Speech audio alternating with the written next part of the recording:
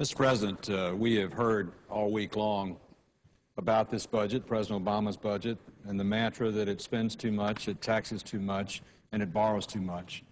And I agree with that, but I want to bring up some other points about this budget that, quite frankly, are counterintuitive to what we have been told by the administration. The President has said repeatedly for the last 2 weeks in talking about the American recovery that his vision for the American recovery is founded in this budget document. And I want to talk for just a second about some of the things that have been talked about in this budget document as they relate to the recovery that we so desperately need in this country. Now, for example, I think everyone would agree, Democrat or Republican, independent, that what led us into this difficulty is the housing market. Sure, the subprime mortgages were a part of it, but it's the loss in equity that homeowners have all over this country. It's the decline in values that they have. It's the escalating foreclosure rate, and it's the massive amount of short selling and foreclosing that's going on. It would seem that at a time that that's going on, when that's the major cause of the crisis that you're confronting, that you would have policies that motivated home ownership so buyers would come back to the market, they would buy the houses that are distressed and trouble, stabilize the values, and begin to build the equity of the average American family. But this budget portends that we would drop the tax deductibility of a first mortgage loan for a family and a home that they occupy. So you take a tax preference that for history and for years the American government has granted to homeowners to encourage home ownership, and you take it away from them at the very time home ownership is under the greatest stress in its history. It's counterintuitive and it's wrong. The senator from Kansas just made a reference to charity. You know, I've just come from the Congressional Awards reception downstairs, where we gave golden awards to young people around this country for the volunteer service they've given to help their fellow man. That's a gift of charity of themselves. But at that reception were 4 major corporations who make charitable deductions to the Congressional Award, Gold Medal Award program to encourage these young people to volunteer their time. If you reduce the ability of corporations or high-income wage earners or high-income income earners, if you reduce the ability for them to deduct a charitable deduction, you're actually motivating at a time of need less charity on behalf of your people, and in turn putting more burden on the back of the government. Now, we saw today earlier with the vote on the Thune Amendment that there's one idea that the entire Congress almost appears not to like about this budget. And that is part of this budget portends that we would pay for some of the increased spending by taxing utilities. The Thune Amendment made the statement the United States Senate does not believe that's right, and 88 members of the Senate voted for the Thune Amendment. So obviously that policy is misdirected. And then we're at a time where values and equities have declined, American investment is declining, where corporate America is finding great difficulties, and at a time when all those things are going on. This budget portends that we would raise the capital gains tax by 33%, and further, we would raise the dividend tax at the highest marginal rate by 3 times what it is right now.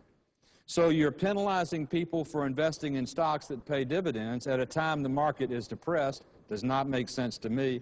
And further, you're saying for those that have assets that they have a profit built into, you're going to raise that tax by 33% at a time when the economy is suffering.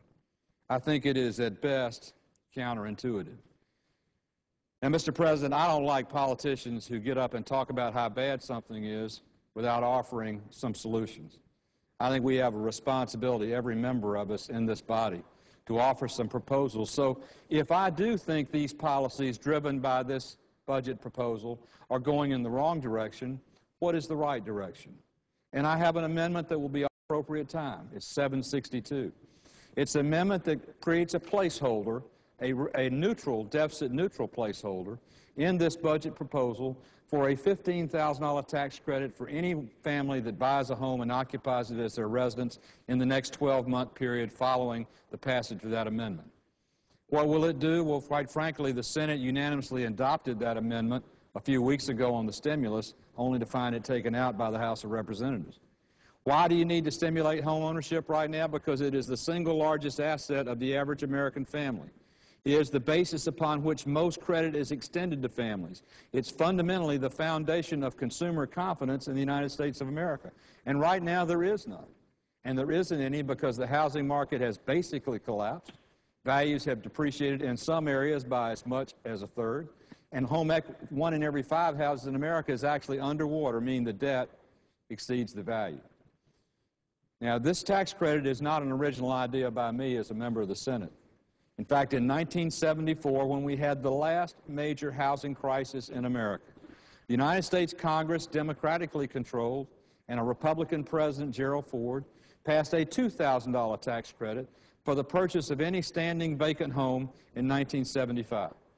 And this country took a declining housing market with a 3-year supply of houses on the market back to stability and equilibrium in 12 months, all with the motivation of the tax credit. Now, I first offered this tax credit in January of last year when we began to see the downward spiral in our economy. It is scored at $34.2 billion. And I was told last January that's too much. So we then spent $700 million in October on the TARP. The Federal Reserve has spent almost $4 trillion. We're considering spending more, and $34 billion to me does not sound like very much.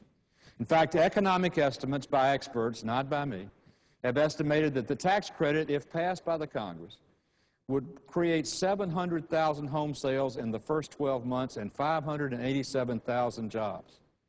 Now, I don't know about you, but both those are awfully good numbers that we'd certainly like to be seeing reported on Wall Street and on Main Street. So when I offer this amendment, what I'll merely be asking the United States Senate to do is send a signal. Instead of discouraging home ownership, we want to encourage it because it's the foundation of our recovery. Instead of having a tax policy that is punitive to investment, we want to have a tax policy that is positive to investment. And understanding that home ownership and the value of it is still the fundamental key to the economic stability of the American family. It's my hope the Senate will adopt this and send the message so we can come back after the recess, pass the tax credit, make it effective, and return investment to the housing market and stability to the United States economy. So instead of taxing too much, spending too much, and borrowing too much, it's time we encouraged investment in the American dream, which always has been and remains the home that people raise their families in, live in, and retire in. And, Mr. President, I yield back and suggest the absence of a quorum.